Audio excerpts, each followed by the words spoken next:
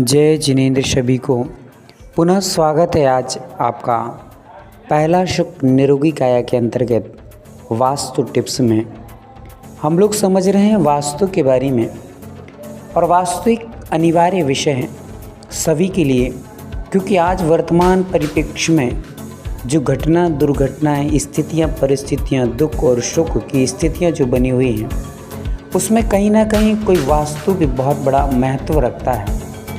उस वास्तु के विषय में हम लोग यदि सही तरीके से समझ जाएं तो हो सकता है कि बहुत सारे हम लोग घटना दुर्घटना, स्थितियां, परिस्थितियां, दुख सुख से बच सकते हैं।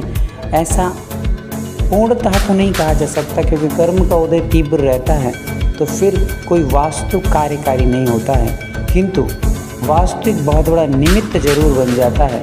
निमित्तों से यदि हम लोग बच जाएंगे तो बहुत सारे कर्म हमारे उदय में आने से पहले ही हमें बहुत भारी रूप में फल न देकर सहजता से निर्जरा को प्राप्त हो जाएंगे।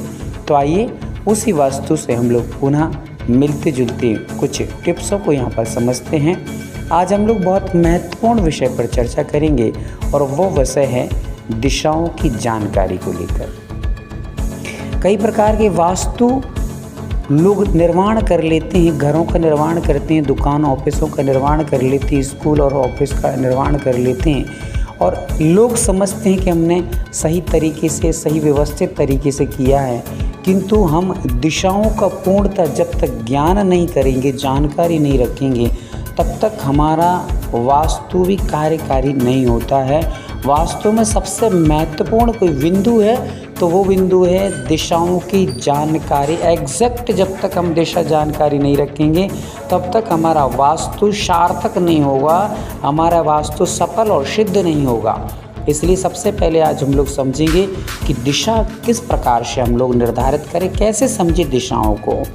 दिशाएं हम लोग सामान्य से ना समझें कि ये पूर्व हो गया, घर की किसी भी स्थान पर खड़ा होकर के हमने देखा कि इस साइड पूर्व हो गया, इस साइड दक्षिण हो गया, इस साइड पश्चिम, इस साइड उत्तर हो गया है। इस प्रकार से दिशाओं को निर्धारित नहीं किया जा सकता है। दिशाओं को निर्धारण करने के लिए हमें एक सूचक यंत्र की आवश्यकता होती है, जिसको हम लोग कंपास भी कहते हैं या दिशा सूचक यंत्र जिसको हिंदी में कहा जाता है। उस यंत्र के माध्यम से हम लोग जानते हैं कि एग्जैक्टली सही दिशाएं कहाँ, कौन सी दिशा हमें दिखाई दे रही है। उस दिशा पर हम लोग जो वास्तु जिस स्थान पर होना चाहिए उस स्थान पर यदि हम लोग निर्माण कार्य करते हैं, वास्तु का निर्माण करते हैं, तो वास्तु व्यवस्था सब सही होने से हमारे जीवन की कई आपत्ति, विपत्ति, मुश्किलें और दुर्घटनाएं टल जाती हैं। ऐसा हम लोग जानना चाहते हैं, जानते हैं। तो आइए पुनः हम लोग समझते हैं। 4 दिशाएं तो हम लोगों ने बचपन से लेकर के निरंतर सुनते ही आए हैं कि पूर्व दिशा होती है, पश्चिम दिशा होती है, उत्तर दिशा होती है, दक्षिण दिशा होती है। जहाँ से सूर्य का उदय होता है उसको पूर्व दिशा कहते हैं। जस्ट उसके अपोजिट में विपरीत दिशा पश्चिम दिशा कहलाती है। फिर उसी के पूर्व के ही यदि हम लोग लेफ्ट हैंड साइड देखें तो उत्तर दिशा होती है और राइट हैंड साइड देखें तो हमारे फिर दक्षिण दिशा होती है। इस प्रकार से पूर्व, पश्चिम, उत्तर, दक्षिण ये 4 दिशाओं के बारे में हमने काफ़ी कुछ सुन रखा है। इन चारों दिशाओं के मध्य में ही, इन चारों दिशाओं के कॉर्नर में ही 4 और दिशाएं होती हैं जिनको विदिशा के नाम से जाना जाता है।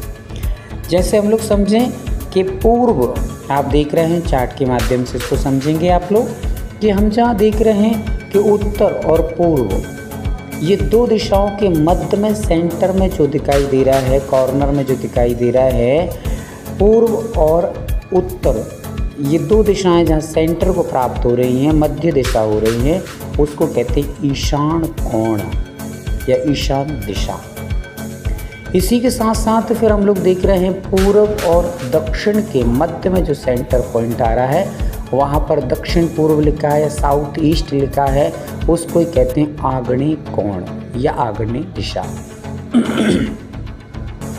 फिर हम लोग देख रहे हैं साउथ और वेस्ट, अर्थात दक्षिण और पश्चिम के सेंटर में बीचों बीच में जो कोण दिखाई दे रहा है साउथ वेस्ट, उसको हम कहते हैं नैऋत्य कोण। फिर उसी के बाद हम लोग देखें वेस्ट और नॉर्थ के बीच में, अर्थात पश्चिम और उत्तर के बीच में एक वायव्य कोण, जिसको नॉर्थ वेस्ट लिखा हुआ है उसको कहते हैं वायव्य कोण।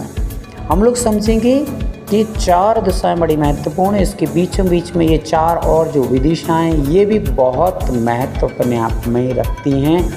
इनके बारे में विशेष रूप से तो हम लोग समझेंगे कि ये दिशाएं किससे प्रभावित होती हैं, कौन सा कोण जल से परिपूर्ण होता है, कौन सा कोण आग्नेय कोण अग्नि से परिपूरित होता है, कौन सा पृथ्वी से होता है, कौन सा वायु से प्रभावित होता है और इन दिशाओं में हमें क्या क्या निर्माण कार्य करना चाहिए, सारी चीज़ों को समझेंगे। उससे पहले हम लोग इन दिशाओं के बारे में समझ रहे हैं। ये 4 दिशाएं और चारों दिशाओं के बीच में मध्य में हम लोगों ने देखा ये विदिशाएं हैं। इन विदिशाओं के बाद और भी दिशाएं बनती हैं जिनको हम लोग अगले इस चार्ट में देख सकते हैं। ये चार्ट आपके बीच में है और उस चार्ट में हम लोग समझ रहे हैं कि और भी दिशाएं किस प्रकार से हम लोग समझ सकते हैं। आइए इसके माध्यम से समझते हैं। अच्छा, हम लोग यदि कैसे जानें कि ये दिशाओं का निर्धारण कैसे हो सकता है, तो ये पूरा का पूरा जो उत्तर से लेकर पश्चिम, पश्चिम से लेकर दक्षिण और ये पूरे चारों दिशाओं को यदि निकाला जाता है तो ये दिशाएं लगभग 360 डिग्री में 16 दिशाएं बट जाती हैं। 360 डिग्री में 16 दिशाओं का निर्धारण किया जाता है। हर एक दिशा 22.5 डिग्री की मानी जाती है। हर एक दिशा के बाद दूसरी दिशा 22.5 डिग्री के कोण पर बदल जाती है। जैसे मान लीजिए उत्तर दिशा आपको दिख रही है, उस उत्तर दिशा से थोड़ा सा आगे यदि हम लोग 22 डिग्री आगे बढ़ जाते हैं तो दूसरी दिशा कहलाने लगती है। उसको हम लोग नॉर्थ ईस्ट कहते हैं, जहाँ पर हम लोग किस वास्तु का निर्माण कर सकते हैं ये जानकारी हम लोग समझेंगे आगे चल कर के। फिर उससे 22.5 डिग्री और हम आगे बढ़ेंगे तो हमारा ईशान कोण आ जाएगा, जिसको हम लोग अभी समझते आए हैं। फिर उसके पश्चात 22.5 डिग्री और आगे बढ़ेंगे तो एक और दिशा बन जाएगी जिसको हम लोग कहते हैं ईस्ट नॉर्थ ईस्ट, अर्थात पूर्व उत्तर पूर्व हिंदी में जिसको हम लोग समझना चाहें तो। फिर उसी से हम लोग ठीक 22.5 डिग्री और आगे बढ़ेंगे तो आ जाएगी पूर्व दिशा। ये पूर्व दिशा उत्तर से लेकर के और पूर्व दिशा तक 22.5 डिग्री को हम लोग यदि मापते आए तो लगभग मान के चलिए कि 90 डिग्री के कोण पर हमारा उत्तर से पूर्व दिशा आ जाता है। पूर्व और उत्तर के बीच में कितना गैप है, तो 90 डिग्री का कोण बन जाता है। इस प्रकार हर एक 22 डिग्री पर कोण बदल जाता है, दिशा बदल जाती है, वास्तु बदल जाते हैं, वास्तु का प्रभाव बदल जाता है। इसलिए इन दिशाओं को समझना बहुत आवश्यक है। जब तक हम लोग इन दिशाओं का निर्धारण सही तरीके से नहीं करेंगे तब तक हम वास्तु का सही तरीके से प्रभाव और महत्व सफलता को प्राप्त कराने वाली वास्तु का निर्माण नहीं कर सकते हैं।